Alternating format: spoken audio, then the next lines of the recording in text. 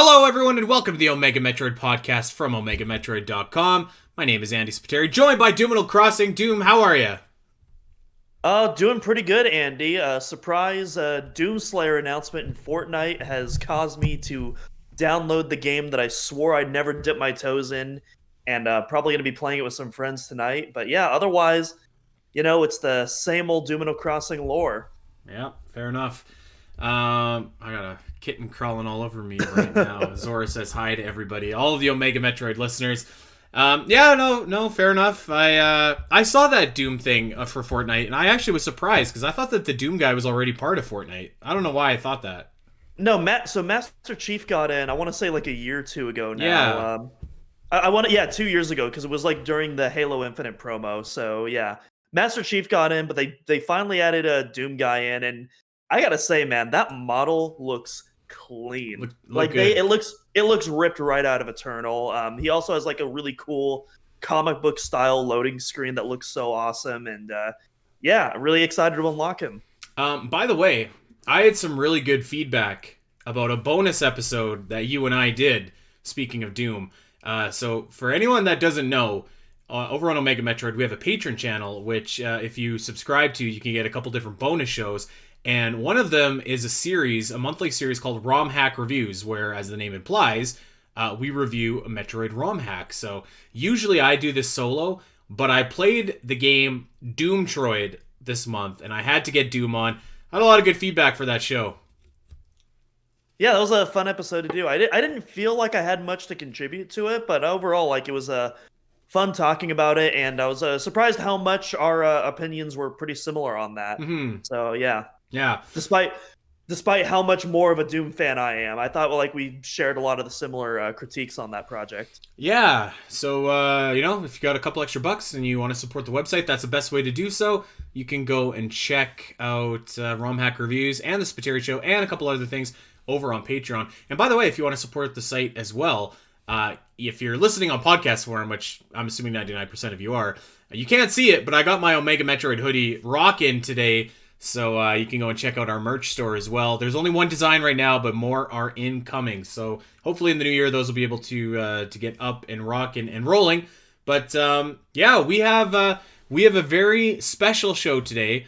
It is another 20-year anniversary, and we had to kind of delay this celebration a little bit because of the unique circumstances of just the way Metroid Prime and Metroid Fusion were released, which is something that was very, very unique, never been done before, never been done since. And we're going to talk about Metroid Fusion in depth for the next couple weeks. But before we do that, I do feel like we should probably spend a little bit of time touching on some Metroid news that was unearthed, maybe would be a good way to put it. Did You Know Gaming did one of their videos just came out, and you can read about it on OmegaMetroid.com. One of their videos came out highlighting some of the lost Metroid games over the years. And when I say lost Metroid games, I'm talking these are like just kind of concepts with a very basic premise or maybe a demo. Not a whole lot else that went into them, but there's some really, really cool games in here that unfortunately never happened. And reading this article and watching this video, I was just like, oh man, this would be so awesome. And it did sting a little bit, although I think that you and I have a different opinion on which one stung a little bit more. Well, I mean, I thought they all stung a little bit, but definitely. So it was actually really interesting. First off, like everyone needs to watch the video. It's absolutely fantastic. There's a lot of like really cool, never before known info that's in here as well as a lot of clarity on projects that we did know a little bit about, but we finally have a much bigger scope of like what they were intended to be. Mm-hmm. But yeah, first off, we got Metroid Tactics, which I thought was Mm. really interesting because this is actually something that I proposed on a Q&A episode of DAC earlier this year. I can't remember what exact episode it was, but someone asked us a question: would you rather a Metroid style Hyrule Warriors game or a Metroid style like turn-based RPG? And I thought, you know what? As much as I'm not much of an RPG guy, I am kind of a fan of Mario Rabbids and XCOM by extension. Maybe a Metroid style XCOM could actually be kind of rad. And that's basically what this proposal for Metroid Tactics was. at a time where XCOM wasn't quite as relevant as it is today. I am a big RPG guy. I love RPGs. So when I saw that, I was just like, oh my god, that sounds so awesome. I've never actually played XCOM, but I've played a lot of tactics RPGs in my day. I'm a big Fire Emblem guy. I'm a big like even Final Fantasy Tactics, Triangle Strategy. The list goes on and on and on. And as you mentioned, Mario Rabbids is a really fun, underrated tactics game. You know, it's kind of got a goofy premise, so I think that people underestimate it, but it's a really fun game. Like once you kind of get into the meat and potatoes of the game. So when I read that, I was like, oh my god, like that sounds so awesome. I wish we could have had that. XCOM in particular actually is a game that's been on my wish list for like forever, and it keeps on going on sale. And I don't know what it is. I haven't bought it yet, and I don't know why. But it looks like something that's right up my alley. So yeah, that one stung a little bit because I was like, God, that would have been so cool. But I think that at least for you, what I am imagining is the one that stings more is something that was called Project Valkyrie, and this was to be worked on over a 7-year period by Next Level Games, who you might remember created Metroid Prime Federation Force. So that in and of itself, I was just kind of like, I don't know. But then I also look and I'm like, well, Next Level Games made Luigi's Mansion 2 and 3, and those are awesome games. So maybe I was being a little bit unfair. But essentially, this was to be a game that was, and you could correct me if I'm wrong, Doom, kind of like a sequel to Metroid Prime Hunters, but kind of with a little bit of a Quake vibe to it. Looked interesting, but it wasn't necessarily what I would call my cup of tea. So yeah, so I would say spiritual successor is probably like a more accurate term to use. Because at least from what we don't know what the final product would have been called. We just know that the development term was Project Valkyrie.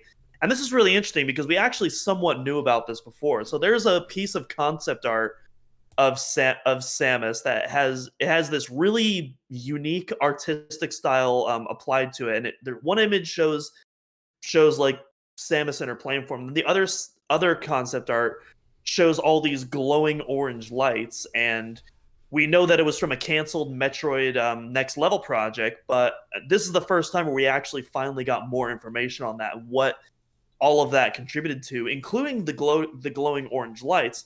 And it all had to do with the multiplayer, where those orange lights would basically activate when the character is far away, so that you can still see them, which is very similar to a lot of other shooters nowadays where they have glowing outlines.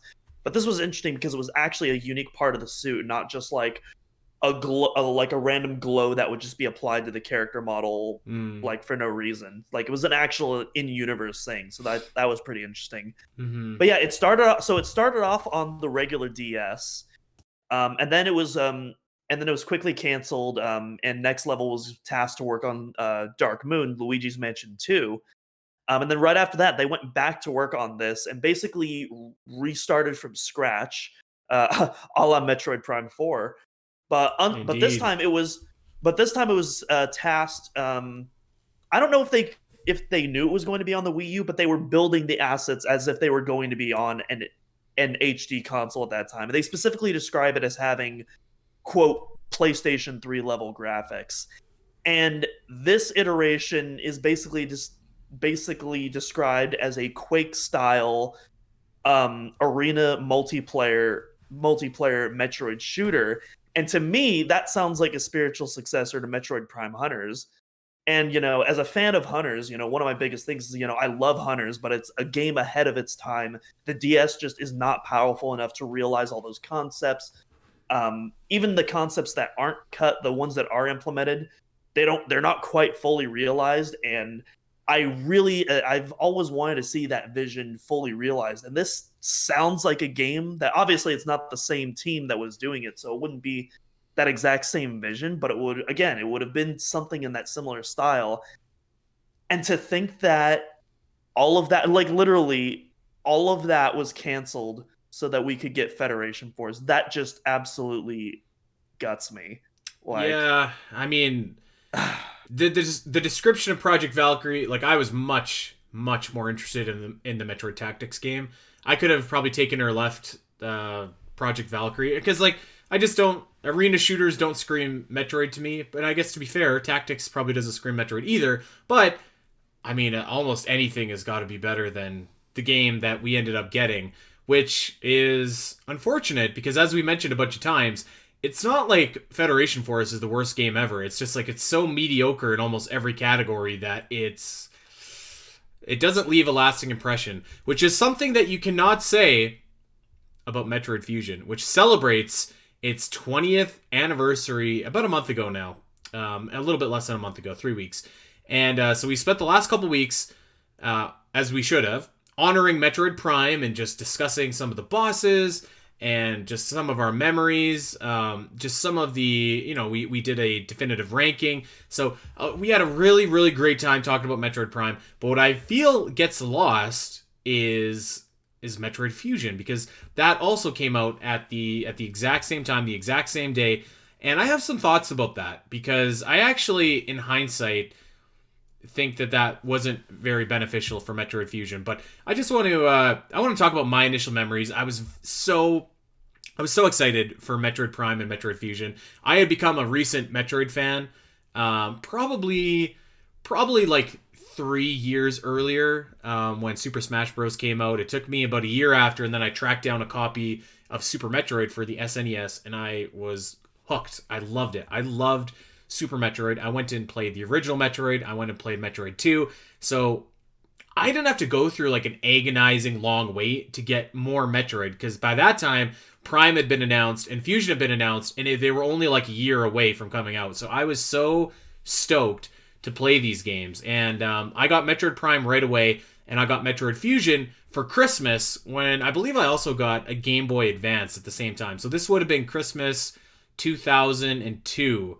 Or no, I would have already had a Game Boy Advance. So I got Metroid Fusion for Christmas 2002, and I knew that I liked it a lot, but I also knew right away that I didn't love it, which was funny, because I think I would have only been like 13 or something like that at the time.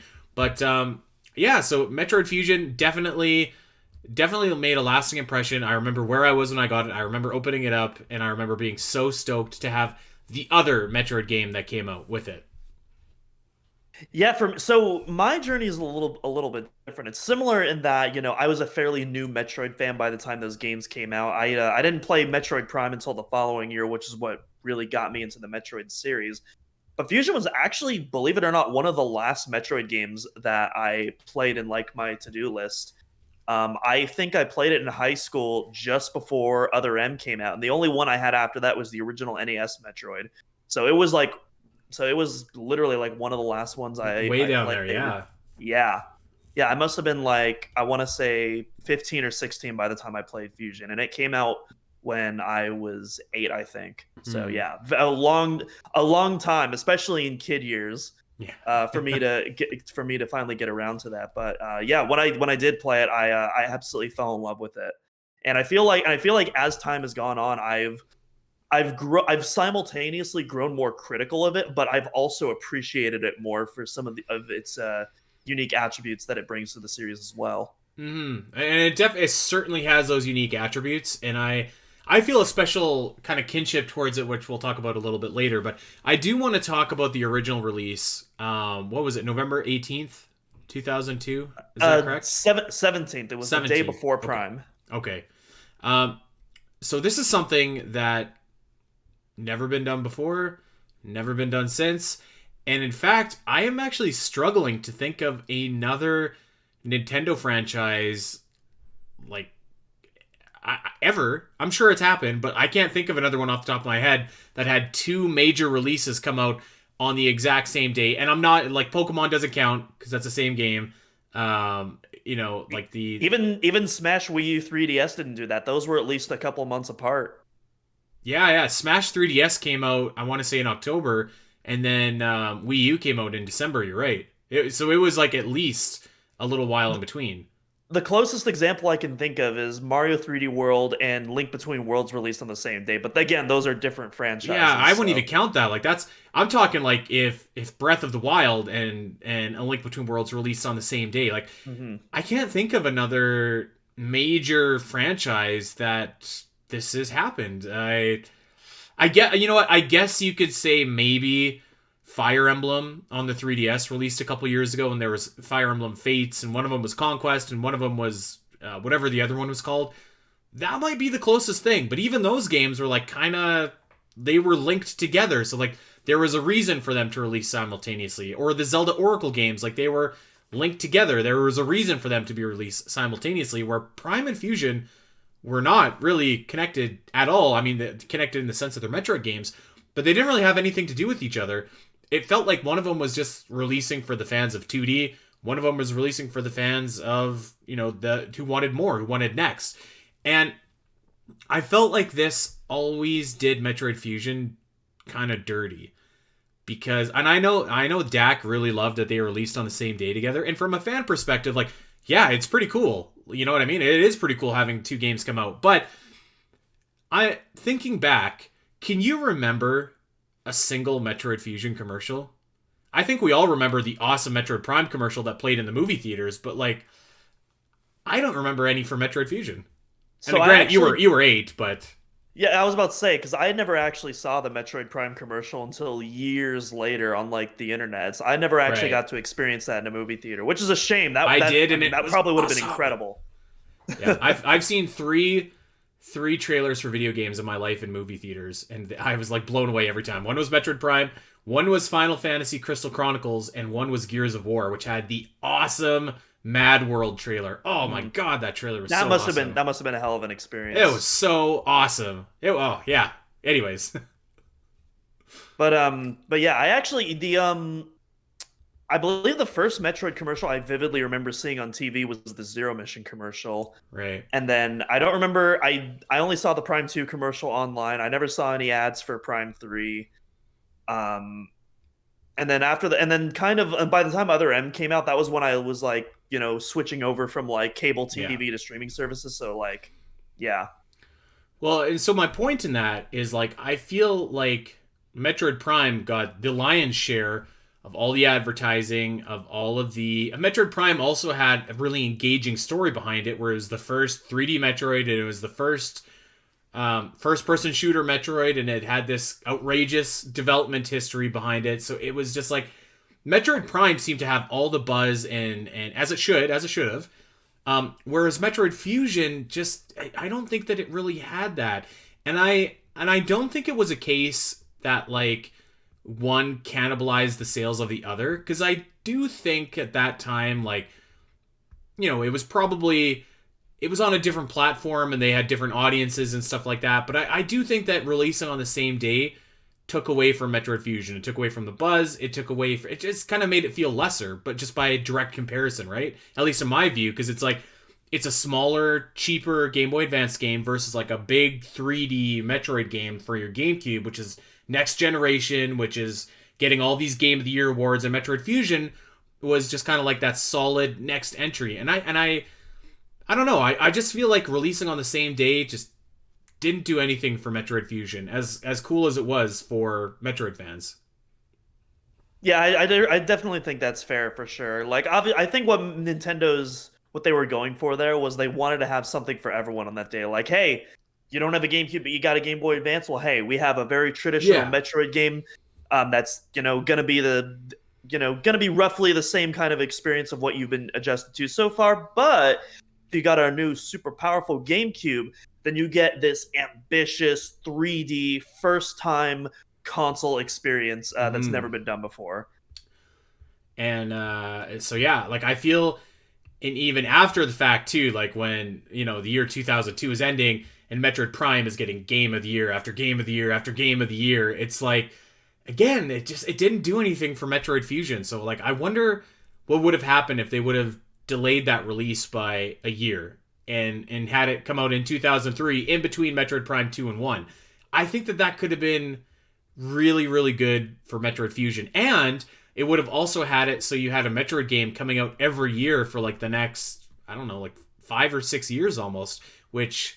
And you're right. I understand why they did that, because there had been the 8-year gap from Super Metroid to Metroid Prime and Fusion. So like they wanted to just make a bold announcement that, Metroid is back and Metroid Fusion is here. And this is, something for everyone. We've got classic, we've got new style. But yeah, I think it was a mistake in hindsight, and I know that we've said on the show before that it'd be cool to have something like that happen again. I hope it never does. I I mean, in the Switch era, I don't see why that would happen if if right. Nintendo does keep going down this route of hybrid console and portable. So I don't think they're unless they release like I don't know a mobile game on the same day as like the next game. But that's different. Yeah, That doesn't count. that's something a little bit different, I think. But yeah, I don't know.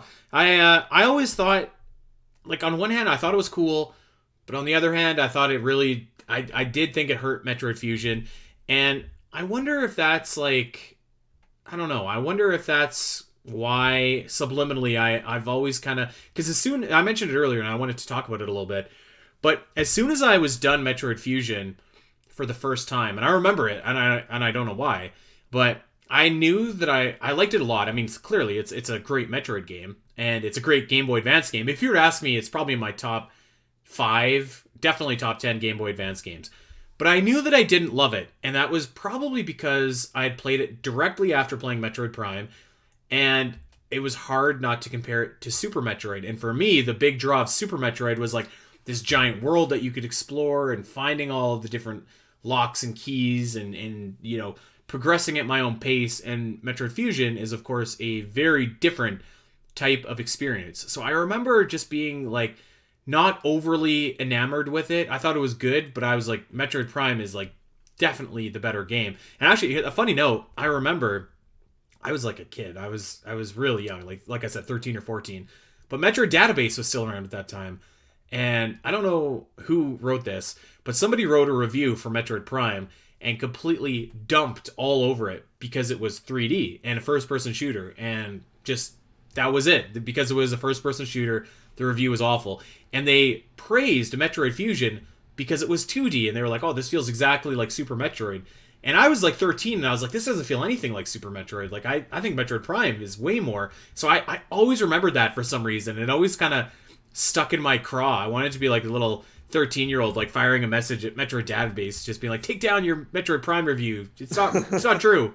But yeah, so I don't know why that always stuck with me, but it did. Yeah, I think that was the original site owner, and I think that I think eventually they stepped down just because they weren't a fan of like the new direction that Metroid was going in after that. But like I don't know. I don't know what the whole history and lore behind that is. We So. could ask Ryan one day, see what he knows. Hmm. Yeah. But yeah, so I guess my original point was like I knew right away when I played it that liked it, didn't love it.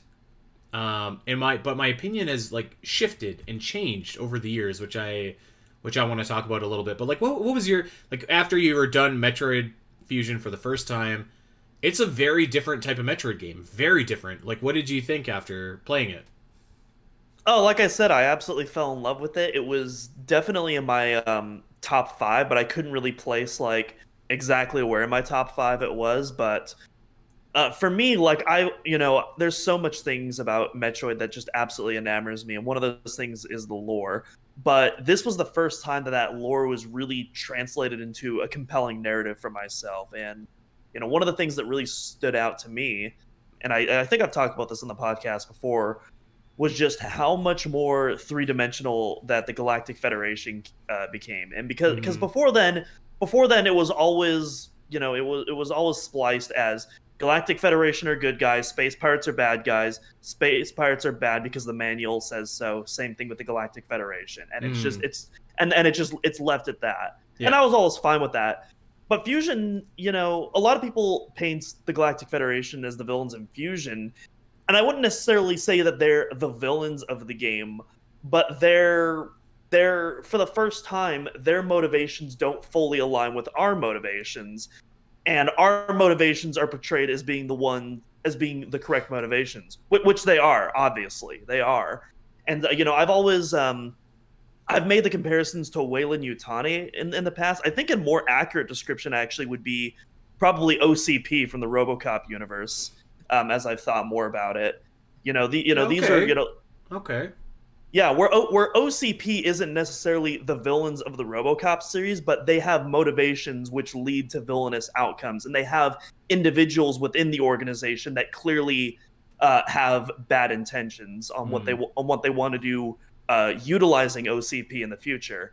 And that's kind of the vibes that I got from the Federation and Metroid Fusion. Was here's the first time we're looking at this organization and we're seeing aspects of the organization that aren't as angelic as they were portrayed to be in the past. Hmm. And so I always really love that approach.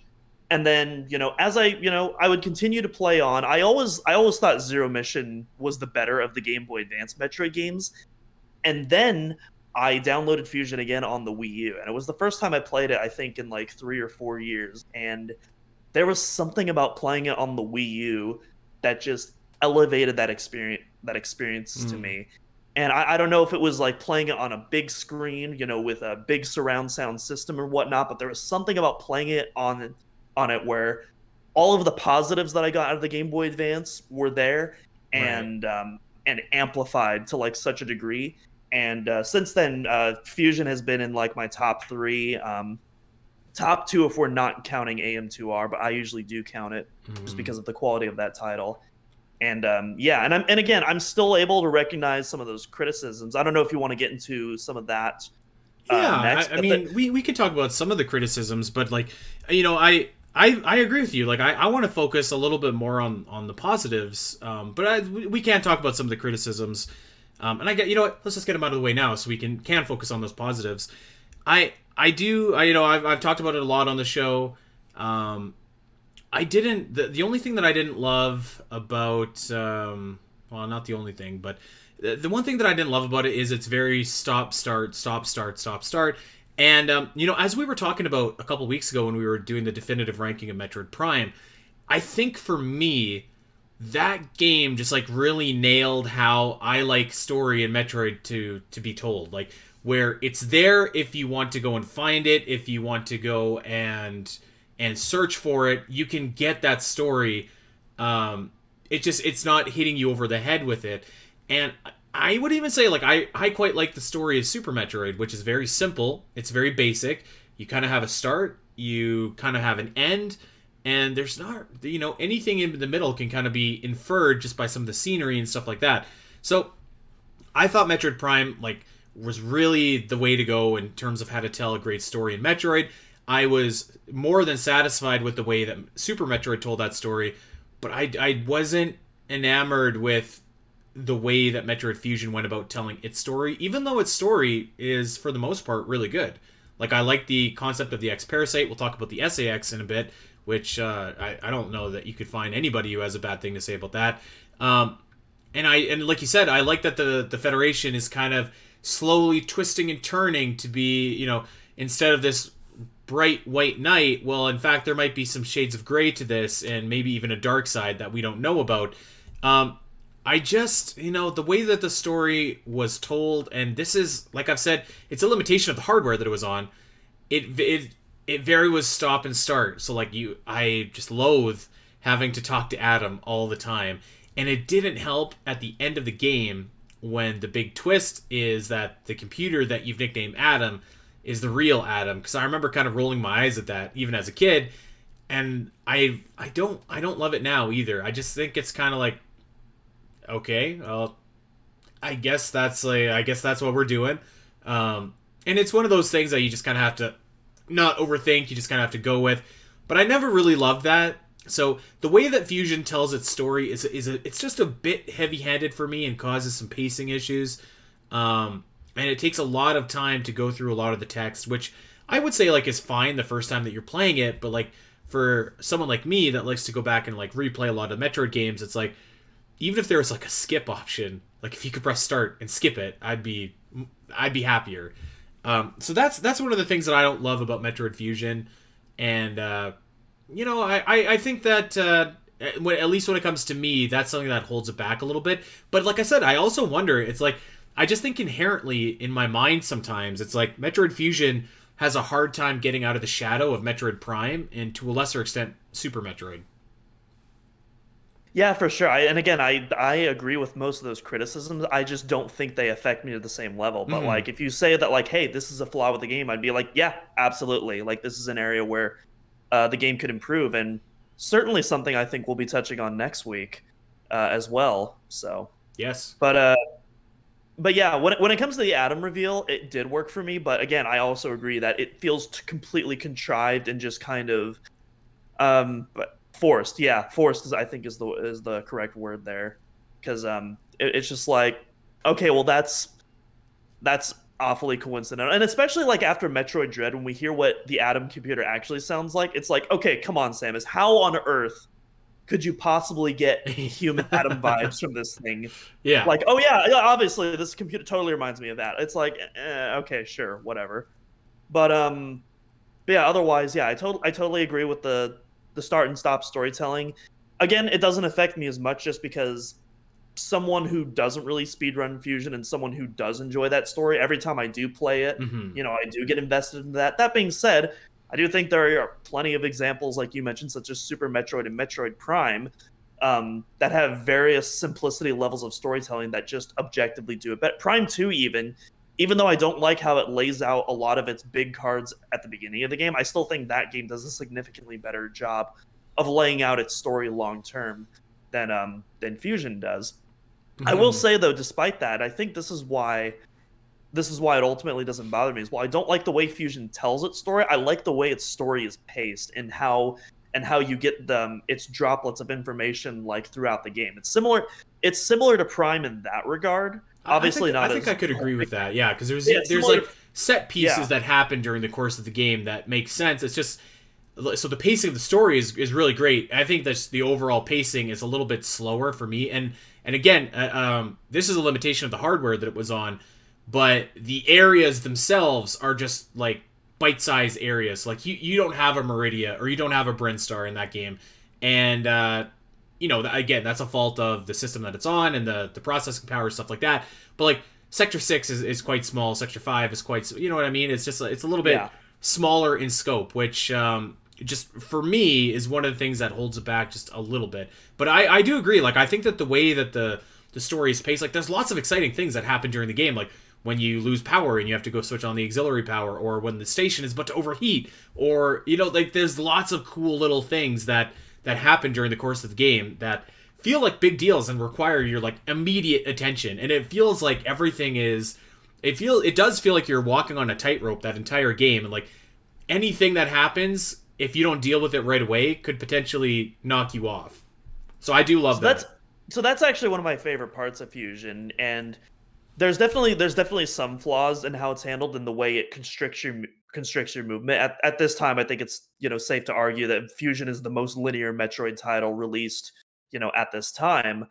But Yeah. one thing that I think it excels at because of this is like you mentioned, the set piece moments. And I'm not even sure if set piece is the right word in every case. Like maybe for some of like the escape sequences, or like when the boiler room is overheating, that's definitely Hmm. set piece. But then you also have more subtle moments, like when not when it's before you actually meet the SAX for the first time, but you just hear it, and all you hear is a large explosion, and you go down and you see the door that you just went down is broken, and you can't access that any longer. Hmm. And like now when you replay the game, it doesn't really do much, but like when that first happened, it was just like, what? What? And so stuff like that. And then obviously, like for me, the big highlight is like you mentioned, the power going out in the elevator and stuff like that. I was really happy that Dread also brought back Like stuff a like that. dark These kind of sequence or something like that. Yeah. they feel like events that happen within the story. It makes it weirdly enough, it makes the environments feel more alive, because as you progress through the story, they're constantly evolving, and you even see more subtle examples of this, like um you see the key hunter larvas when you first enter sector 2, and then immediately they start cocooning, and then by the time you get to the power sector, they fully evolve, Hmm. and you can use the cocoons as platforms as well that you use, and by the time they hatch, you have the space jump, so you don't need those anymore. But like there's so much subtle cool things about that I really enjoy. I think sometimes it's not even subtle actually, and I was just saying that one of the downfalls of Metroid Fusion is that its areas are quite small, but it does do a very good job of working within that to like reframe how those areas are. And so what I mean by that is like when you go to sector 2 the first time, it's very different than when you go the second time, because now all the cocoons have hatched and you've got key hunters everywhere. Or another good example might be in sector 5. The first time that you go there, it's kind of like a shunted off area. But when you go back, Nightmare has escaped and he has destroyed a bunch of the platforms and stuff like that, a bunch of the doors. So now there are different areas for you to explore. So it does feel a little bit different each time that you get to go into the areas. And I think like when you start unlocking travel from area to area and you don't have to go back up to the main sector, that's when the game really starts cooking. And that's when it feels like, okay, like this is Metroid. Like this is a Metroid game to me, rather than like an objective-based platformer. So yeah, but I do think that one thing that we could probably all agree on is like, you know, do you love the story? Do you not love the story?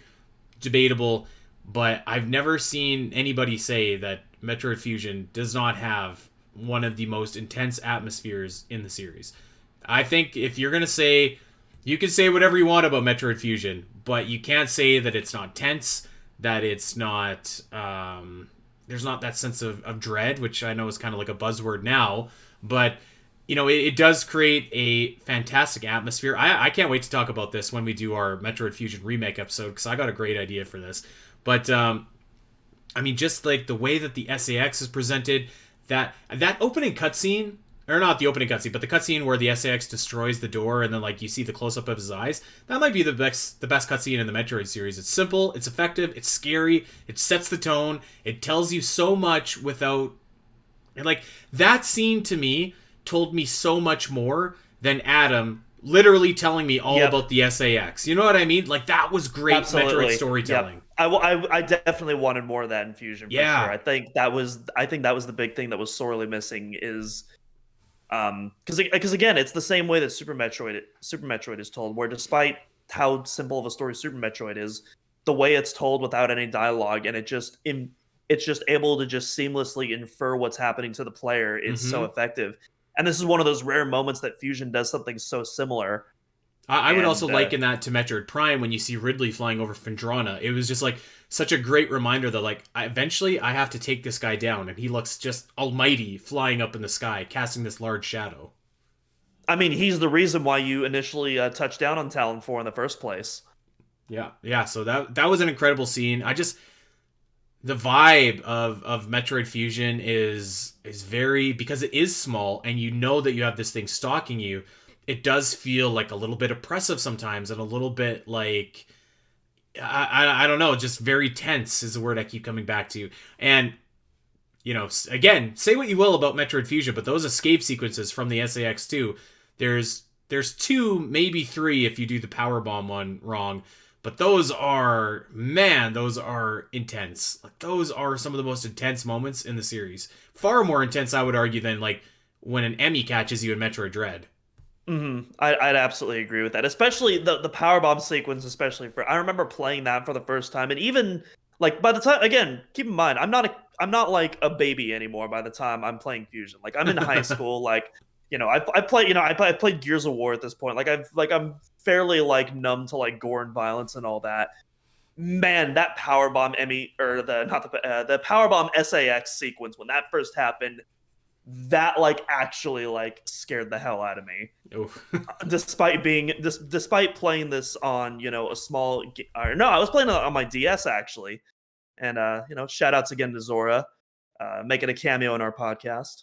But yeah, I was playing that on my DS at the time.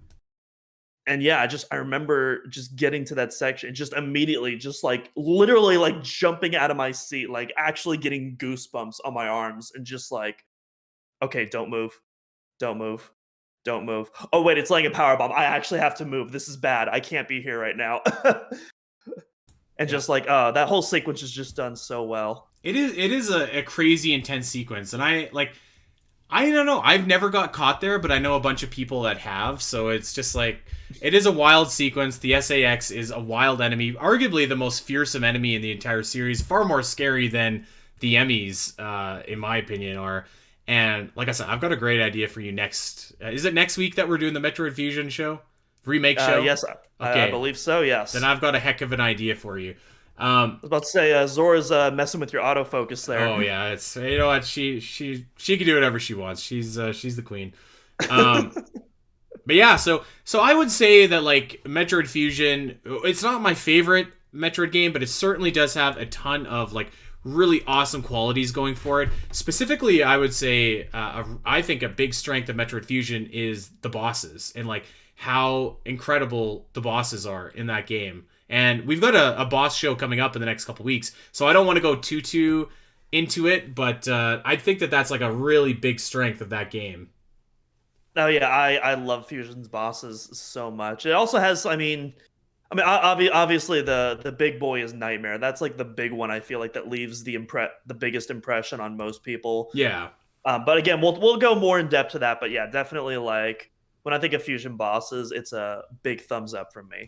So one area that we've had a little bit of debate on in the past has been the music of Metroid Fusion, and I'm not super high on it. I think that there's a couple tracks in the game that are pretty decent, but the problem with Metroid Fusion is that you hear a lot of the same tracks over and over and over and over and over and over again.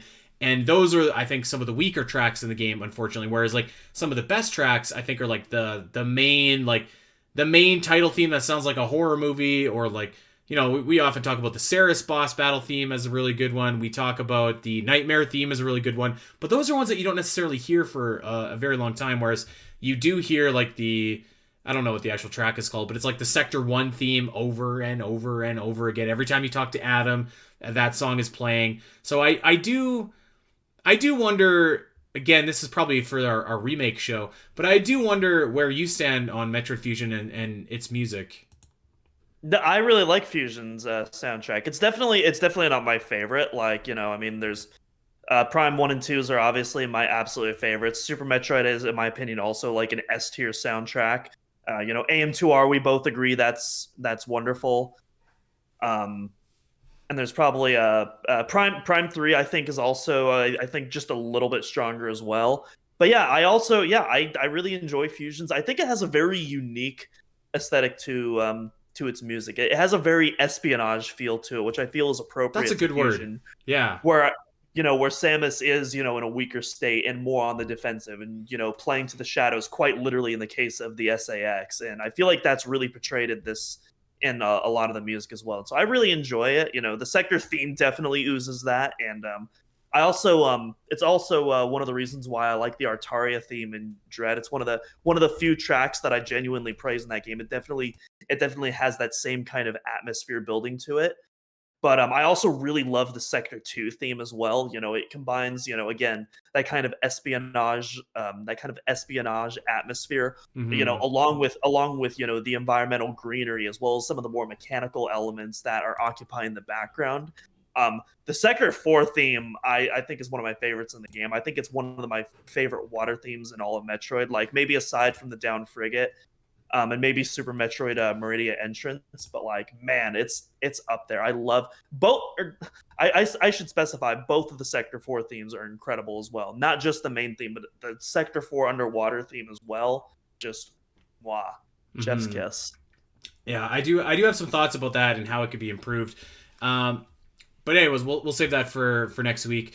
One other thing that I really do love Metroid Fusion for this, and it seems like a really small thing, but I do love that it has like Metroids in it, because it felt like it, at least in Metroid Prime, that Metroids weren't like necessarily important to the story. Like, I know that the game is called Metroid Prime, and there's a Metroid called Metroid Prime in the Impact Creator, but it kind of felt like Metroid Prime, the being, could have been anything. You know what I mean? And it was just a Metroid because it was a Metroid game. Whereas in Fusion, I felt like there was like a really cool reason why Metroids popped up, why the X were stalking the Metroids, and why you would have a seemingly random boss at the end, the Omega Metroid, show up and be your final boss. So I do, and again, I really, really, really love at the end of Metroid Fusion that bit of storytelling, which is like showing rather than telling, because when you you've established that the X need to eliminate the Metroids if they want to survive. So you show that moment in the restricted zone, and then you show it at the end of the game, and you have a very similar moment to the end of Super Metroid, where you've kind of sorta like almost teamed up with the SAX at the end of the game, even though it's really acting in its own self-interest and trying to take out the Omega Metroid, which is a huge threat at this point. So I really love that bit of storytelling as well, and it's another example of the type of storytelling that I really love in Metroid, and specifically in this game, that I wish that there was a bit more of. Yeah, absolutely. Like, definitely. I mean, obviously, the hidden sector reveal of the secret Metroid breeding program. That's like obviously the big twist in like the story. And again, the way it's presented, I think it's done really, really effortlessly. I wish the sequence was a bit longer, because you get in there, and then immediately immediately the place self destructs and you're just out like that fast. And I wish the area was a bit larger and there was more to explore. Kind of similar to like the Eland section in Metroid Dread, something more to that scale, where it's still not like a big area in the game, but there's a lot more to do there. And kind of the mystery of that is drawn out a little bit more. And then once you actually do discover the mystery, there's still, there's actually stuff that you have to deal with in the area. There we go. Now we got Andy back. I'm back. Yeah. Audio listeners are like, what the hell's going on here? Yeah, no, I completely agree with you. And I just, again, like, I do love that style of storytelling. I do love, I love just that there is elements of what I love in a Metroid or a Metroid storyline in this game. And I think that they can build upon that not if, but when they remake this game. So I did say that my opinion has kind of waned and risen and fallen over the years and stuff like that. And I think if you were to have asked me when we first started the podcast, like where Metroid Fusion ranks among my favorite Metroid games, I would have said it would be at the lower end. And I think that I would still kind of say that, but something definitely changed my opinion of Metroid Fusion, and that was I got to write a walkthrough for it. And writing the walkthrough, and it was the second one that I ever did. I wrote Super Metroid. So here's a behind the scenes story, but I wrote when COVID first started, the office that I worked at shut down for like 3 months. So I was at home for like 3 months, which, by the way, was the best 3 months of my life. But I was at home for 3 months, and I was like, what should I do? And I was like, so I work at Zelda Dungeon, which is a Zelda website built largely on the power of its walkthroughs. And so I was like, I always wanted to know if I could write a walkthrough for myself. And so I did. And I wrote one for Super Metroid and kind of, experimented with ways that we could write a walkthrough for the game, but also still kind of preserve the idea of exploration and stuff like that. So I wrote it not really knowing whatever I wanted to do with it. But fast forward, let's say a year, and I started getting the idea, with the success of the podcast, to put together a website that could potentially mimic Zelda Dungeon in a lot of ways and have walkthroughs and fan news and maps and stuff like that. And so at the time, I was like, well, I'm pretty sure that Game Boy Advance games are going to get added to Nintendo Switch Online at any day now, which, as of right now, anytime, they're still not there. But I was like, well, that would make sense then that the next game that I should write is Metroid Fusion, because it's also like a shorter game. I could probably power through it and be fine with that. And so I played Metroid Fusion a lot, a ton. I asked you, Doom, to play Metroid Fusion as well, to take a bunch of screenshots and stuff like that. So I really felt like I got to know Metroid Fusion like very, very intimately while I was writing this walkthrough. So like every expansion, every secret area, and that it did change my opinion of Metroid Fusion, because I think I came out of there just like, there's really a lot to love about this game. It's not my favorite. It probably won't be my favorite because of the story structure, but like the way that some of these bosses and their attack patterns and like the precise movements that you need to have, like I love them. There are some expansions in this game, particularly in Sector 6, like towards the end of the game, where it's like they're so fun. It's so fun. Like you're shine sparking through the air, you're shine sparking through space, you're we talked about last week where you're space jumping and you can't touch the blocks. that's the stuff I love. And I was like, this is awesome. Like, this is so much fun. Just like little things like that, little things like the hidden scene, like that you have to pull off like a series of absolutely redonkulous shine sparks to activate, which I eventually did after like 200 tries. Like it's just little stuff like that. So I feel like I got to know the game very, very, very well, and it made me appreciate some of the things that maybe I just before was just kind of like, whatever. Like that's just stuff a Metroid game has. Where now I'm just like, there are some areas where Metroid Fusion, like there are some sequences and there are some stuff that Metroid Fusion does that can be talked about in the same category as you might talk about some of the best in the Metroid series.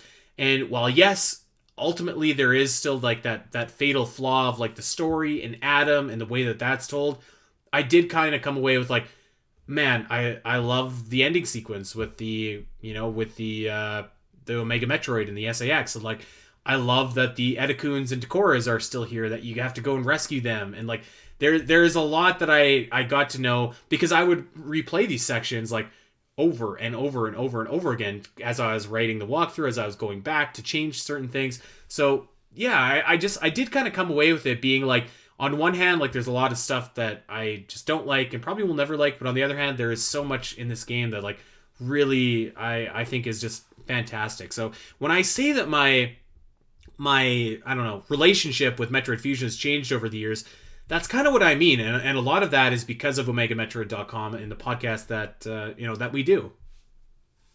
You brought up the Edakuns and Decoras, and like that's probably like for most people, that's probably like a whatever moment in the game. Like, okay, they're animals, whatever.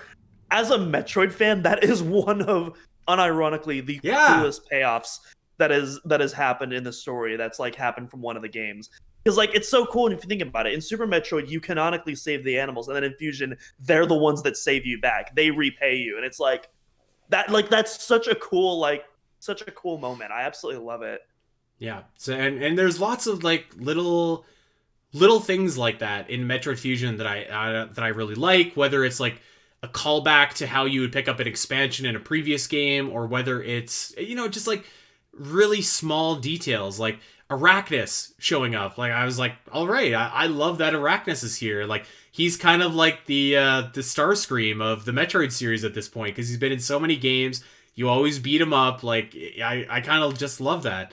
And Metroid Well, Fusion. at this point, he's only been in two. But Well, yeah, but like, or even like things that Metroid Fusion did, like it just it continued the proud tradition, which I guess this would have been technically the third game, where you power bomb a glass tube and then it shatters. Like little things like that as I replay and replay and replay, I was just like, I appreciated and just kind of made me smile a little bit more. So yeah, it's been a long journey with Metroid Fusion where I got it. I can't say that I liked it as much as Prime or Super at the time, and obviously those are two tall asks. Like those are two games that, like, if you're gonna compare like 99% of games to Super Metroid or Metroid Prime, it's probably not gonna look favorable. So like that's kind of what I mean when I say I think it releasing with Metroid Prime didn't do it any favors. But I do think that it's like I've kind of gotten over that and just learned to appreciate it in its own right. It's a very different style of Metroid game. And I think that that's good, because I think that it, like, it has its own identity, which is something that every game needs to have. And like, you can look at some games like, I don't know, an Assassin's Creed. Like a lot of those games blend together because there's nothing to differentiate them, or they did a couple years ago anyways. Whereas like, you could never say that Metroid Fusion is a lot like Super Metroid or like Zero Mission or like any other game in the series. So while I don't necessarily love everything that it changed, I respect it for doing that. yeah, for sure. I think you put it best, and I think that's going to be the line for everyone. It's like, do you enjoy those changes, or do you not like those changes? But I think at the end of the day, most people are going to respect that it at least tried to do something new at the end of the day. I will say, and I don't know if this even applies to me actually, but in hindsight, did playing Other M make you appreciate Metroid Fusion more, less, indifferent? Because I know that Dak has said that it cheapened his experience with Metroid Fusion because of what the story did. Whereas me, I don't know. I almost feel like I appreciate Metroid Fusion more because it's like, well, this game did like a better job at telling a story than, like 8 years prior than Other M did, with a bigger budget and with bigger resources and a better platform. I don't know. Part of me was just like, it was almost just like, man, Metroid Fusion did way more with way less, and I respect it for that versus Other M. And I know that we're all kind of tired of beating up on Other M. I'm just curious. I don't really think it had an effect on my opinion of Fusion. Hmm. At least not consciously. Yeah. I just kind of view Other M in like its own bubble. I don't really think that seeing, if anything, I just look at what Other M does right, and I just wish that those were incorporated in better games in the future. Yeah. And to an extent, we have seen some of that with like how the way Mercury's team has implemented the counter system and stuff like that. But that's kind of its own separate topic. Mm-hmm. I will say I have one parting thought, which is I'll use this as a segue to get to next week. I think that a lot of my critiques and stuff that didn't work for me about Metroid Fusion, I think was more so an issue of the system that it was on and the time that it was released.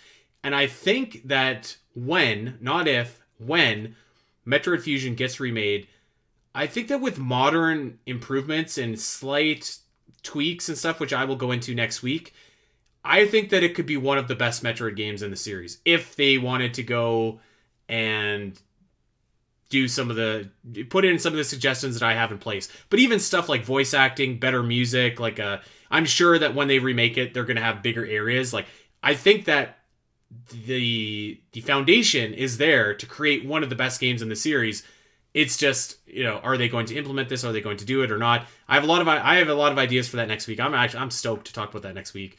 Same. That's going to be such a good podcast. I can't wait. I can't wait. But yeah, so I will say, I think that it has the potential to be one of the best games in the series when it gets remade.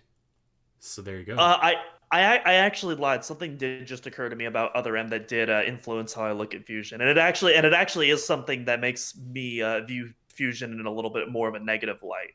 Again, it's still like within my top 2 or 3 Metroid games. Keep that in mind. But right.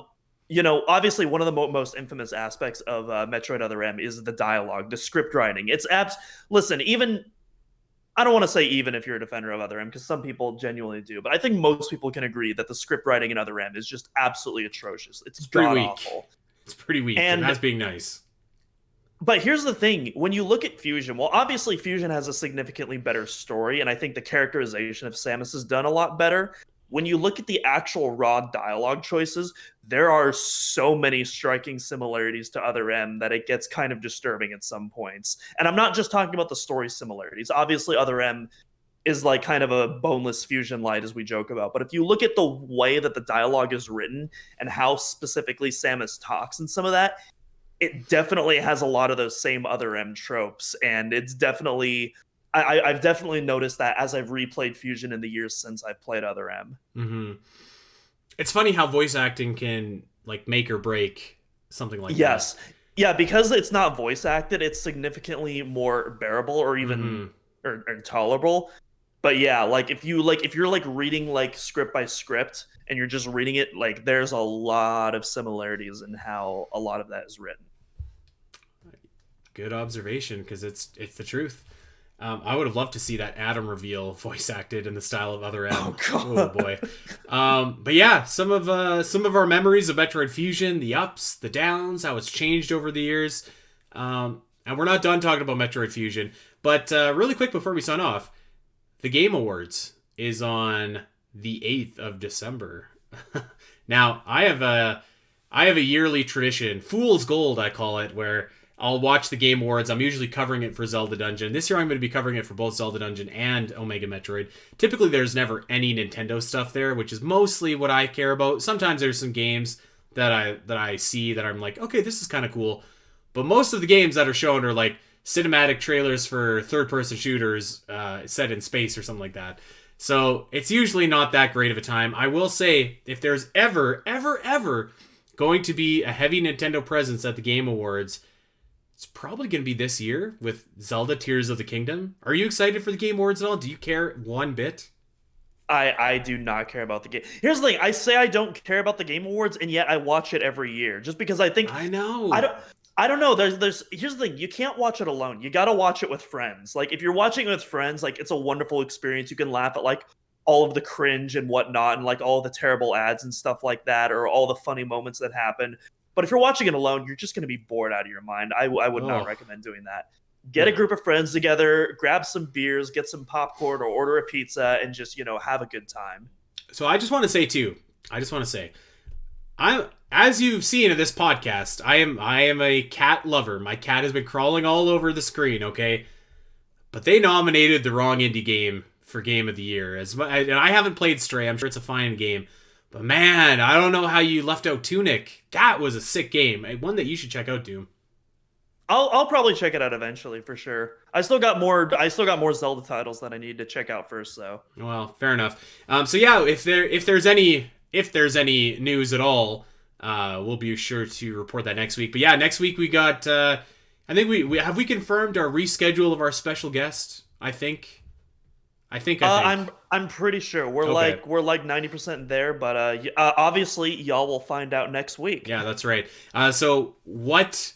I'm really excited to hear your reaction to this idea that I have, because it pays off an idea that we were talking about when we were talking about Metroid Dread a couple weeks ago. That I'm excited to present to you what a Metroid Fusion could and should look like. That's coming up next week, and then after that, like we mentioned earlier, Metroid Fusion has some awesome boss fights, and we're going to be ranking those exactly like we ranked the Metroid Prime ones. I would dare say that I actually prefer the bosses of Fusion to Metroid Prime. You know what? Now that I say that, I don't know if I could stand behind that, but it would be a conversation worth having, I think. I haven't really put that much thought into it yet, but I mean, I think that It's a I don't know. conversation It worth could having, happen. right? I can't say definitively that that's not the case. Yeah. Okay. Well, man, I'm excited for. I've been really excited to talk about Metroid Fusion because sometimes I feel like on the show I'm a little bit down on it, and it's going to be just good vibes for the next couple weeks here, and I'm excited about that. And then we're going to finish the year strong by talking about what we want and what we hope and what we expect for this series in the year of our Lord 2023. So that's going to be a fun show. I want Project Valkyrie revived. I want Project Metroid Prime 4 to have a trailer. So yeah, we'll go into that in a couple weeks' time. But that is going to do it for this week. We want to know what your lasting memories and impressions of Metroid Fusion are and how they've changed and evolved over the years. Let us know over on Twitter at Spiteri316, at Doom Cross, and at Omega Metroid Pod. Join our Discord. Come and hang out with us. We always got people talking about Metroid there. We'd love to have you. So, come and hang out with some fellow Metroid nerds and talk about the series that you love. And while you're there, check out our Patreon, like we mentioned. We got lots of bonus stuff there. We've got merch available, and the source for all this is OmegaMetroid.com. You can head over there. Like I mentioned, there's guides, there's news, all kinds of stuff. You know the drill. And while you're there, you can like and subscribe to the podcast. Recommend it to any Metroid fans in your life. Leave us a sweet 5-star review. That would be tasty if you guys did that. That's it. That's all. We are going to get out of here for this week, but we will be back next week talking about what could and should happen for a Metroid Fusion remake. Until then, take care.